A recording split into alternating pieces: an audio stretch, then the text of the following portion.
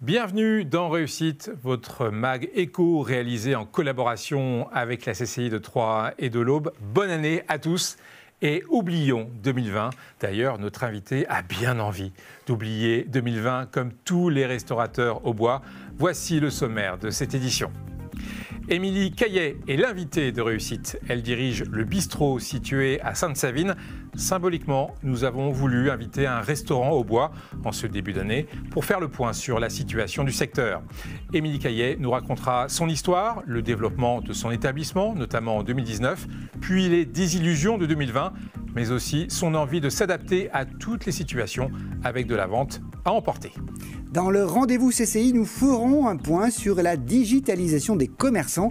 Le développement des outils numériques est en effet un enjeu essentiel pour eux. Alors où en sont les commerces dans cette transition numérique? Quels sont leurs besoins et que peut proposer la CCI pour les accompagner? Le point avec Nicolas Friot, conseiller numérique à la CCI de Troyes et de l'Aube. Enfin, dans le Zoom du mois, nous irons à la rencontre d'une PME auboise qui a passé l'année, comme on dit. 2020 aura été une année particulière pour toutes les entreprises du département. Il y a celles qui ont dû fermer temporairement, celles qui ont dû s'adapter en interne ou avec leurs clients. Reportage au sein de la société Escao, spécialisée dans la fabrication d'escaliers à Lusigny-sur-Barse. Une PME qui a su traverser la crise et qui souhaite même embaucher en 2021. Émilie Caillet, le bistrot, il fait partie de votre vie finalement depuis que vous êtes toute petite. Bah oui, depuis que j'ai 18 mois. Vos parents avaient déjà le bistrot depuis... C'est ça, ouais, j'ai grandi dedans. Ouais. Et vous preniez votre petit déjeuner au bar. Je viens de vous dire ça. Voilà. Alors c'était du lait ou du café C'était des Kellogg's Cornflakes. Et vous avez fait pourtant des études qui ne vous amenaient pas du tout à avoir cette vie de bistrot. Je voulais éviter même de reprendre le bar au départ, ouais, j'ai fait des études dans le marketing, mais c'est vrai que après j'étais très attachée au bar de mes parents aussi. Donc, mais justement, pourquoi avoir repris l'établissement de vos parents? Pour les aider, et puis parce que je suis fille unique, donc c'est vrai que les temps devenaient difficiles pour eux. Donc on a eu l'opportunité de racheter et d'agrandir notre établissement et d'en faire un établissement, on va dire, plus actuel. Mais c'était une envie de faire... un restaurant à votre façon, ouais, et aussi un projet de cœur, en fait. Oui, c'est ça. Ouais, voilà. C'est votre Madeleine de Proust, ce Exactement. On voulait développer, puis aussi ramener un peu de musique et faire des choses un peu plus jeunes, quoi. Et justement, ça a été une stratégie dès le départ, à la fois d'être un bistrot classique, mais vous étiez, je crois, parmi les premiers à faire des burgers de restaurant, ouais, mais aussi d'avoir à côté une activité qui soit différente, ouais, des concerts toutes les semaines. Toutes les semaines, ouais, une fois par semaine depuis 13 ans, alors à part l'été. Mais sinon, oui, on voulait absolument apporter de l'événementiel en plus de la restauration classique. Et puis dans cette stratégie, il y avait l'année dernière, enfin 2019 plutôt, des investissements assez importants. C'est ça, ouais, on a tout refait, notamment la cuisine qui était plus vraiment au goût du jour et qui était plus adaptée au nombre de clients qu'on recevait. Donc on a investi lourd sur à la fois l'outil de travail et sur le cadre de l'établissement. Vous avez aussi investi dans une véranda. C'est ça, qui donne plus sur l'extérieur et qui permet aussi pour nous de travailler de plein pied et pour les gens de profiter du cadre toute l'année. Investissement qui portait leurs fruits. Qui portaient leurs fruits, tout à fait. Tant qu'on pouvait miser sur le cadre, c'était bon. Mais... Donc avec un bon niveau de chiffre d'affaires, de fréquentation. Oui, combien de couverts en 2019, combien de couverts par jour? En été, on pouvait aller jusqu'à 130 couverts par service. Je dirais que l'hiver, en moyenne, 70-80 pour les midis. Bon, après, la restauration, c'est vraiment en dents de scie. Donc, il y a des moments très forts et d'autres plus faibles. Mais bon, oui, je dirais on avait quand même réussi à augmenter notre chiffre d'affaires en conséquence de nos investissements, c'est clair. Le business, c'était terrasse, concert, repas d'entreprise aussi, groupe, parce qu'on a aussi une salle au premier étage, donc beaucoup de repas d'affaires ou des repas familiaux, des anniversaires, des baptêmes, enfin on faisait pas mal de choses aussi à côté. Et de la nourriture gastronomique astucieuse, on va dire ça comme ça. Bistronomique, on est sur de la cuisine qui est simple mais qui est quand même bonne avec de bons produits, je dirais, on est une brasserie de bonne gamme, quoi.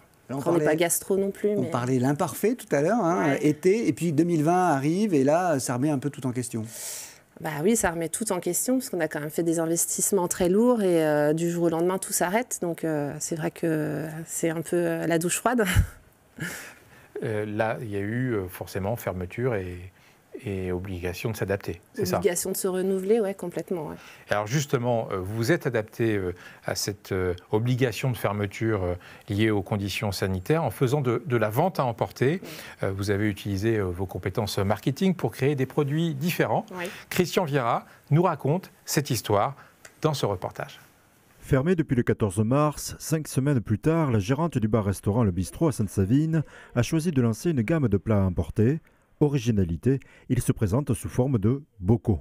Là, on a eu le temps d'aller voir des producteurs qui nous ont renvoyés vers d'autres producteurs et on a lancé le concept du local dans le bocal. Je trouvais que les plats à l'emporter classiques, on était beaucoup à le faire. Puis aussi le côté un peu durable, le fait de faire une consigne sur le bocal, zéro gaspille, zéro déchet. À consommer sous 48 heures, la gérante et ses équipes ont imaginé des recettes et une charte graphique qui se démarquent. Une boîte de communication qui s'appelle Le Bonheur des gens, c'est des amis. On a un peu déliré sur les petits poissons, on leur a donné des noms, sur les volailles, enfin voilà. C'est très sérieux ce qu'on fait, mais on voulait aussi dégager un petit peu de bonheur et de bonne humeur. Les gens aiment bien le concept du bocal. On a une clientèle qui est très locale aussi, donc c'est pas forcément compliqué pour eux de ramener leurs bocaux. Plus compliqué car nouveau, le click and collect a nécessité la mise en place des ventes auprès des particuliers et des entreprises, la création d'un site et la préparation de nouvelles recettes. Un petit risotto au cèpe et un jus truffé, la sauce clémentine avec un dos de cabillaud et une purée de patates douces. C'est nouveau, c'est une sacrée organisation. On trouvait qu'en restauration normale, c'était déjà une grosse vague le midi, mais là c'est un tsunami. On a une boutique en ligne, donc on reçoit tout sur Internet. On travaille avec Illico, plus les gens qui appellent et les gens qui viennent spontanément. Pour Noël, je pense que c'est quelque chose d'intéressant de faire le moins de choses possible pour profiter un maximum des enfants, des petits-enfants. Midi, c'est beaucoup d'entreprises. Le week-end, le soir, ça va être plus de la jeunesse. Mais je dirais qu'aux 3/4, ça reste quand même notre clientèle de base. Et puis qui viennent aussi par solidarité. Avec 5 couverts en moyenne, depuis la fermeture, le nombre de commandes oscille entre 3 et 50 par jour. Le quotidien de ce restaurant est bouleversé. 7e semaine, 7 jours sur 7, c'est du non-stop au niveau de répondre au téléphone, gérer les commandes, ça clique partout. C'est énormément d'investissement personnel et d'énergie pour un retour qui est vraiment très faible. Mais bon, ça nous permet de survivre. Avec près de 20% du chiffre d'affaires habituel, cela permet de maintenir la trésorerie, éviter les endettements et la fermeture. Aujourd'hui, la gérante se dit prête à basculer entre ouverture et vente à emporter au gré des reconfinements successifs. Il faut qu'on s'accroche. Sinon, on finira par couler malgré les aides et malgré tout ça. Mon fournisseur de pommes de terre, un petit monsieur maraîcher tout seul, fournissait que des restaurants. Donc lui, il n'a pas d'aide. Et c'est pas ce qu'on demande des aides. Nous, ce qu'on demande, c'est à être ouvert, tout simplement. Dans l'attente, Émilie Caillé assure elle-même les livraisons de plus de 50 € des bocaux commandés depuis le site. Émilie Caillé, on vient de voir dans le reportage que cette idée de bocaux, ce n'est pas la panacée au niveau du chiffre d'affaires, mais c'est aussi un moyen de garder le moral, de rester actif. Ah oui, complètement. Puis c'était un beau projet qui me plaît, moi, au niveau du marketing et de la com, justement. C'était faire travailler des producteurs locaux et ce concept de bocal où finalement les gens reviennent, leur apportent zéro déchet. Enfin, c'était passionnant à créer. C'est un petit peu plus difficile à maintenir parce que c'est beaucoup d'étapes dans la préparation des produits, dans la création des bocaux. Mais bon, oui, puis ça nous permet de garder contact avec nos clients. Donc ça, c'est top. On se retrouve dans un instant après une courte page publicitaire. Nous verrons comment le bistrot de Sainte-Savine gère la situation actuelle et comment Émilie Caillé prépare l'avenir. A tout de suite.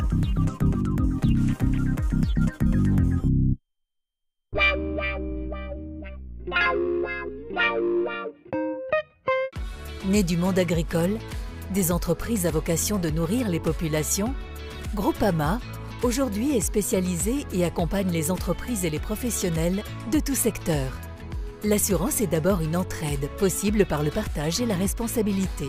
C'est pourquoi Groupama reste proche de ses sociétaires, avec 50 conseillers et 9 agences dans l'Aube. La raison d'être de Groupama, être là pour permettre au plus grand nombre de construire leur vie en toute confiance. Rencontrez-nous. Vous êtes professionnel ou particulier, Énergie 10, spécialisée dans le génie climatique, vous propose des solutions adaptées à vos besoins. Nous installons, dépannons, entretenons les systèmes de climatisation réversible et pompe à chaleur. Pour les particuliers, nos installations de climatisation monosplit, multisplit ou de type gainable permettent de traiter une ou plusieurs pièces de l'habitation. Pour les professionnels, nous proposons des systèmes centralisés répondant aux contraintes des installations.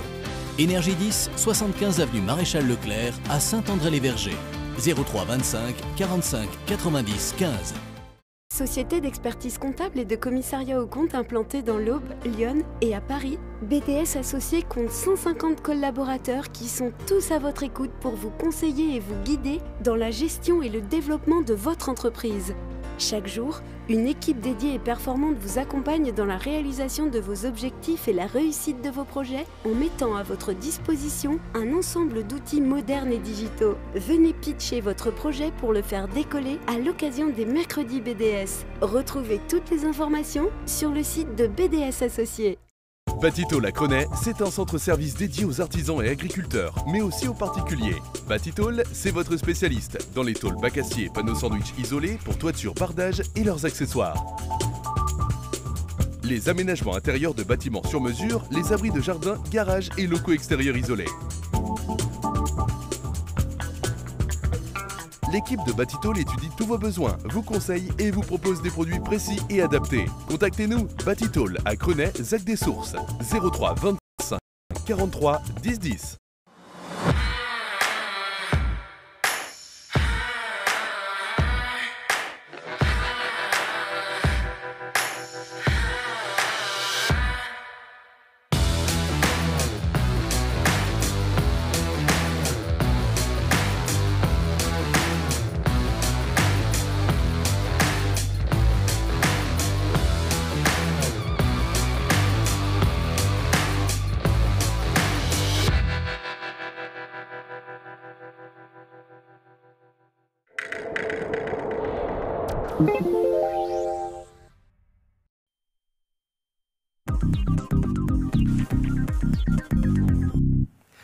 Suite de réussite, le Mag Éco, nous recevons Émilie Caillet, gérante du Bistrot, un restaurant situé à Sainte-Savine.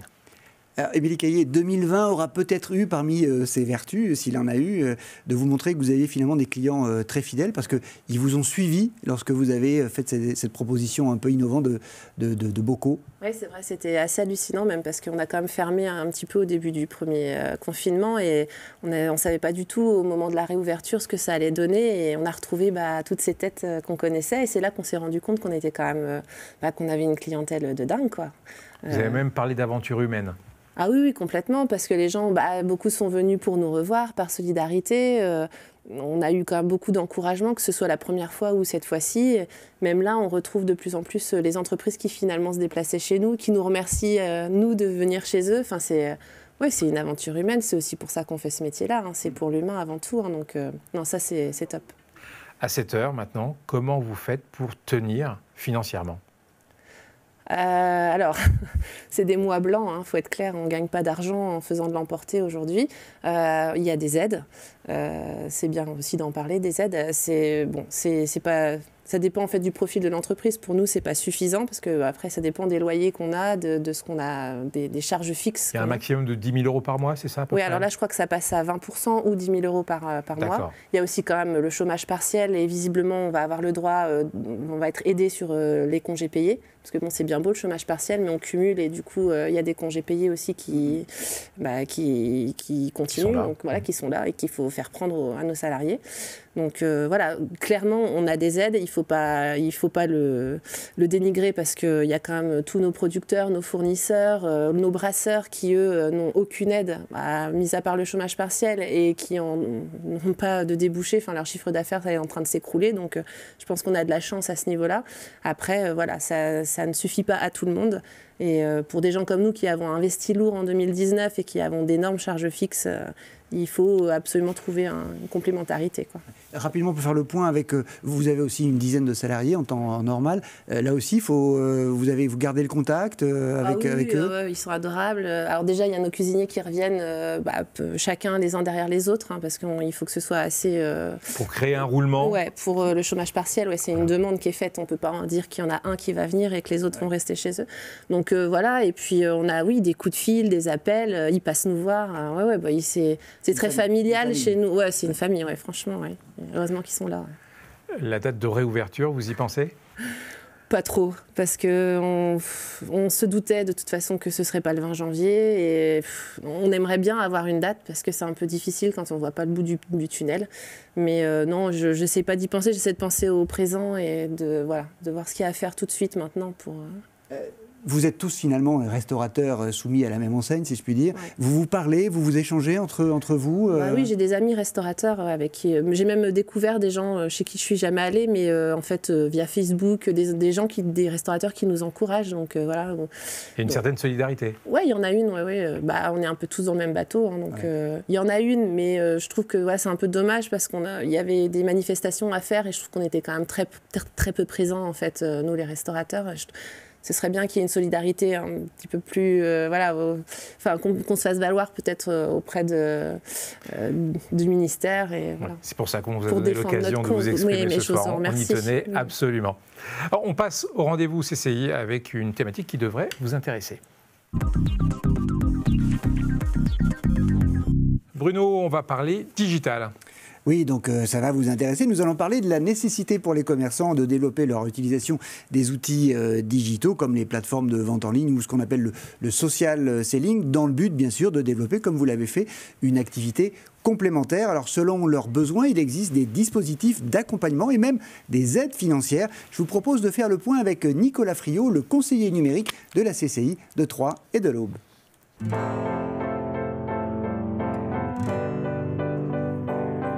On a affaire à deux types de commerçants, soit des commerçants qui sont déjà digitalisés et pour qui il va falloir accélérer la transformation numérique. Et puis on a affaire également à un deuxième profil de commerçants, des commerçants qui sont très peu digitalisés et qu'on va devoir inciter à prendre le virage du numérique. Et pour eux, on a un dispositif d'accompagnement un peu particulier, c'est-à-dire qu'on va à la fois travailler sur la transformation numérique de l'entreprise, mais aussi sur la montée en compétences digitales des dirigeants. Une entreprise qui fait du commerce traditionnel, on va développer une activité complémentaire sur le web au travers du commerce connecté, donc en mettant en place par exemple des plateformes de e-commerce ou en mettant en place des techniques de social selling, c'est-à-dire de vente sur les réseaux sociaux. Quand on bascule sur du commerce connecté, après on peut générer un volet de chiffre d'affaires qui est lié justement au web et qui vient en complément bien souvent du chiffre d'affaires traditionnel. Donc les commerçants y sont plutôt favorables. Deuxième besoin, ça va être une entreprise qui a des processus internes qui sont assez complexes ou qui peuvent être optimisés. Là, on va faire une étude justement d'optimisation pour pouvoir leur déployer des outils numériques permettant de gagner en efficacité. Et puis c'est du temps qu'elle va pouvoir réinvestir ailleurs et pour générer in fine du chiffre d'affaires aussi.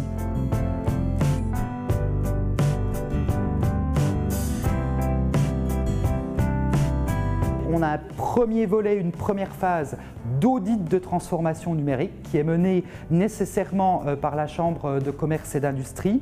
Et puis on va avoir une phase 2 qui consiste en un accompagnement personnalisé de l'entreprise sous la forme soit d'investissement dans des logiciels pour la performance interne par exemple, ou de l'aide au conseil pour mettre en place telle ou telle technologie ou pour élaborer telle ou telle stratégie de e-réputation, de web marketing. Émilie Caillet, la digitalisation Internet, vous y êtes préparé, vous l'avez organisé, comment ça marche chez vous ces instruments ? Déjà, on est obligé d'y passer, c'est sûr, pour l'emporter. En tout cas, c'est essentiel. Alors nous, on a quand même la chance que mon conjoint, à la base, est ingénieur en informatique. Voilà. Ça aide, clairement. Donc dès le premier confinement, on avait mis déjà au point le site de commande en ligne. Et c'est vrai que là, on l'a beaucoup développé ces derniers temps. Et bon, oui, c'est essentiel pour tout ce qui est livraison. Mais vous avez senti que ça fonctionnait ? Ouais, ça fonctionne. Après, on trouve que voilà, on a du mal. Les gens ont du mal à aller intuitivement dessus. Voilà. Mais une fois que c'est fait, c'est vrai que c'est beaucoup plus pratique pour nous et pour eux. Et ça nous permet de gérer les commandes un petit peu en amont aussi. Ça améliore notre efficacité. Et on travaille avec Illico, qui est un service local de livraison qui est fait par des jeunes hyper motivés et qui nous permet aussi un peu ils livrent un peu aussi pour nous. C'est un petit peu, ils font payer, c'est 3,99, mais c'est une organisation qui. Voilà, ça nous permet de localiser un petit peu. Voilà, c'est bien. On va terminer cette émission sur une note positive dans le Zoom du mois.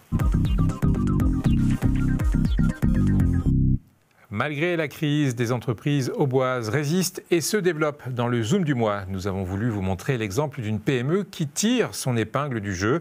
Il s'agit d'Escao, basée à Lusigny-sur-Barse. La société est spécialisée dans la fabrication d'escaliers. Comment cette PME a-t-elle vécu les différents confinements de 2020 et comment voit-elle l'avenir? C'est le reportage de Christian Vira. Avec une croissance de plus de 10% par an, l'entreprise de fabrication d'escaliers en bois, Escao, prépare et poursuit sa progression malgré la crise du Covid-19. En 2020, les choix stratégiques ont permis d'affronter une année au rythme chaotique. Le chaos est de la demande de nos clients qui, de temps en temps, étaient en accélération et à d'autres moments en fort ralentissement. Certaines entreprises ont par exemple fait le choix, dans nos concurrents, de continuer à travailler pendant la période Covid. Et pendant 2 mois, ils ont fabriqué des commandes qu'ils avaient accumulées en janvier-février, mais quand ils sont sortis de la période Covid, ils n'avaient plus rien à fabriquer. Alors que nous avons totalement fermé, nous avons repris en même temps que nos clients. On a repris au mois de mai l'ensemble des effectifs, mais à mi-temps. Et rapidement, au bout de 15 jours, nous avons été obligés de repasser à plein temps et avec une dynamique qui est toujours la même. Notre activité est encore en croissance, de l'ordre de 5%. Une performance d'autant plus remarquable qu'elle va à contre-courant du marché décroissant de la construction neuve. Selon Philippe Lisabo, ce résultat repose sur la compétence des 120 salariés qu'il a tenu à préserver. C'est effectivement parce que derrière il y avait la perspective du chômage partiel. D'entrée, nous avons sollicité les prêts garantis par l'État. C'est une sécurité au niveau bancaire. Et nous les avons engrangés sur nos comptes bancaires et nous ne les avons pas touchés aujourd'hui. Durant cette année, l'entreprise a recensé 3 salariés Covid et 5 cas contacts, tous intervenant à l'extérieur. Pourquoi nous n'avons pas eu de cas dans l'usine? J'ai demandé à l'ensemble des salariés de prendre des dispositions pour rester chez eux à la moindre alerte. Quand on est en croissance comme nous, si on avait été obligé d'arrêter l'usine, ça aurait été une catastrophe. Tout le monde a bien joué le jeu et je félicite tous mes salariés en tous les cas. Des nouveaux salariés, jeunes diplômés, ont rejoint l'entreprise par le biais de contrats d'apprentissage. Pour poursuivre sa croissance, Escao agrandit d'ores et déjà ses bureaux et prévoit de financer 800 mètres carrés de stockage supplémentaires. Nous avons une extension des bureaux avec une mezzanine de l'ordre de 80 mètres carrés, donc on pourra loger 20 personnes de plus du côté administratif. Et du côté logistique, nous avons prévu une extension pour stocker nos escaliers, car nos clients jouent le yo-yo et jouent l'accordéon avec nous. Ils accélèrent de temps en temps, ils ralentissent à d'autres moments. Nous avons déposé un dossier auprès du plan de relance de l'État pour aider les entreprises. On n'a pas encore eu de réponse aujourd'hui, ça fait 1 mois. Et malheureusement, il faut quand même que j'entame les travaux, car si je loupe la période de Noël dans les travaux, je risque de reporter mes recrutements. Le nombre de salariés a évolué de 70 en 2015 à 120. Escao prévoit d'embaucher 15 nouveaux candidats durant les 2 années à venir. Émilie Caillé, on vient de parler d'avenir avec Escao. Est-ce que vous, à la réouverture, qu'on souhaite tous très prochaine, est-ce que vous allez reprendre les mêmes habitudes, si je puis dire, qu'avant, ou est-ce que vous allez introduire des nouveautés, peut-être, dans votre gestion? Est-ce que ça a changé un peu la manière de faire pour vous? Ça a changé dès le premier confinement, en fait, parce que c'est là qu'on s'est mis à faire de l'emporter. Donc, je pense que ce qui va se passer, c'est qu'on va quand même avoir du monde au restaurant. Je pense que ce sera au printemps, je ne sais pas. Mais du coup, je pense que les gens auront vraiment une vraie envie de sortir et que forcément, l'emporter va diminuer. Après, on va conserver l'emporter malgré tout, peut-être avec une gamme un peu moins large qu'aujourd'hui. Et puis, on verra l'avenir. Mais en tout cas, on est prêt à jongler entre... des confinements, je ne le souhaite pas, mais bon, si ça devait se réitérer, on est prêt à passer de l'un à l'autre. Voilà, mais au-delà de l'épidémie, le click and collect, comme on dit, ouais. Ça restera. Ça restera. C'était pas quelque chose qu'on aurait fait sans ça, et c'est vrai que maintenant qu'on est prêt pour ça, on va le maintenir. Et rassurez-nous, les concerts auront toujours lieu. On verra si on a le droit d'en faire, mais en tout cas, dès qu'on peut refaire des concerts, on va en faire. Ça, c'est sûr. On sera là. Avec plaisir. On sera là à l'ouverture, et puis on viendra vous voir faire un reportage aussi pour savoir comment tout ça plaisir, ça marche. Aura réouvert. Vraiment, bonne année à vous. Merci, et bon courage également. Pour la suite. On vous souhaite tout le meilleur pour 2021. Merci beaucoup. Merci Bruno pour la préparation de cette émission et on se retrouve évidemment le mois prochain pour un nouveau réussite. L'agenda de la CCI virtuel, c'est tout de suite. Au revoir. Tout d'abord, dans cet agenda, la CCI vous propose une réunion publique de présentation de J'achète en local. Il s'agit d'une nouvelle plateforme de e-commerce. Une réunion qui est organisée en partenariat avec la communauté de communes des Lacs de Champagne, la ville de Brienne-le-Château et l'association des commerçants de Brienne-le-Château. Vous l'avez compris, ce rendez-vous a lieu à l'école de musique de Brienne-le-Château le 12 janvier. Le 21 janvier, ne manquez pas un webinaire sur le thème « Gérer les conséquences financières de la crise, anticiper et prévenir les risques ». Cela se passe en ligne via Microsoft Teams. Les points abordés sont les suivants: les principaux indicateurs à suivre et les signaux d'alerte en pareil cas, comment adapter son business model, mais également les outils à la disposition de l'entreprise en cas de difficulté. Le 26 janvier, c'est l'atelier traditionnel « Êtes-vous prêt à vous lancer ?» qui a lieu à la CCI de Troyes et de l'Aube. En une matinée, vous pouvez participer à une demi-journée d'information sur la création d'entreprises. Le coût est pris en charge par la CCI. Enfin, le 29 janvier, vous pourrez assister à un webinaire numérique « Développer votre présence sur Facebook ». Facebook reste le réseau social numéro 1, mais en tirez-vous réellement profit? Quels sont les formats de publication qui fonctionnent bien? Quelles sont les bonnes pratiques pour faire de la publicité? Découvrez en 1h30 de nombreuses astuces Facebook pour développer votre présence et votre communauté.